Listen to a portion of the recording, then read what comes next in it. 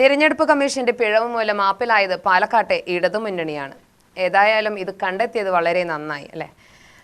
മറ്റൊരു വാർത്തയിലേക്ക് പോകുമ്പോൾ മേലാർക്കോട് ചെറിയ കോഴിപ്പാടം ശ്രീ പാർവതി കുടുംബശ്രീ 15ാം വാർഷികം ആഘോഷിച്ചു.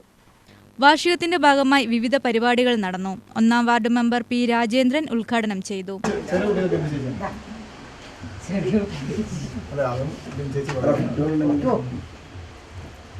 അസീന അധ്യക്ഷയായി. KV കണ്ണൻ, നീതു, ബിന്ദു, ഫൗസിയ എന്നിവർ പ്രസംഗിച്ചു. സ്ത്രീകളുടെ സുരക്ഷ വർദ്ധിപ്പിക്കാനും അവരുടെ കുടുംബജീവിതം വർദ്ധിപ്പിക്കാനാണ് നമ്മുടെ കുടുംബശ്രീ തുടക്കം ആരംഭിച്ചത്.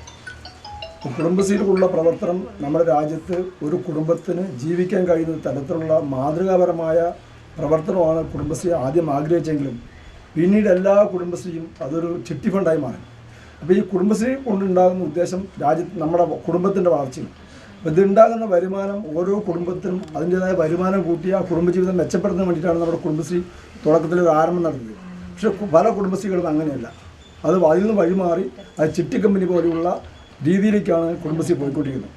അതല്ല യഥാർത്ഥ കുടുംബശ്രീ പറഞ്ഞാൽ നമ്മുടെ രാജ്യത്ത് നമ്മുടെ കുടുംബശ്രീയുടെ വളർച്ച, നമ്മൾ ഉൽപ്പന്നങ്ങൾ ഉണ്ടാക്കി സോപ്പാണെങ്കിലും അതുപോലെ തന്നെ വേറെ ഏതെങ്കിലും മറ്റേ ചായക്കടകളാണെങ്കിലും അല്ലെങ്കിൽ പെട്ടിക്കടകളാണെങ്കിലും അല്ലെങ്കിൽ നമ്മൾ നാളികേരം വിൽക്കുന്ന നാളികേര കടകളാണെങ്കിലും അല്ലെങ്കിൽ വേറെ നൂലോ അല്ലെങ്കിൽ മറ്റേ ടൈലർ മെഷീനോ അല്ലെങ്കിൽ ടൈലർ യൂണിറ്റോ അല്ലെങ്കിൽ ഏതെങ്കിലും തരത്തിൽ ഉൽപ്പന്നങ്ങൾ ഉണ്ടാക്കി അത് നമ്മൾ വിറ്റഴിക്കുന്ന രീതിയിലേക്ക് അതിൻ്റെ സമ്പത്ത് വർദ്ധിപ്പിച്ച് ആ കുടുംബത്തിൻ്റെ ജീവിത നിലവാരം വർദ്ധിപ്പിക്കുന്ന തരത്തിലുള്ള ഇതാണ് നമ്മൾ കുടുംബശ്രീ കൊണ്ട് ചോദിക്കുന്നത്. പക്ഷേ ഇപ്പോൾ മാറ്റം വരുത്തി പല കുടുംബശ്രീകളും ഇപ്പോൾ 15 കൊല്ലമായി ഈ കുടുംബശ്രീ നിലവിൽ വന്നിട്ടുണ്ട്.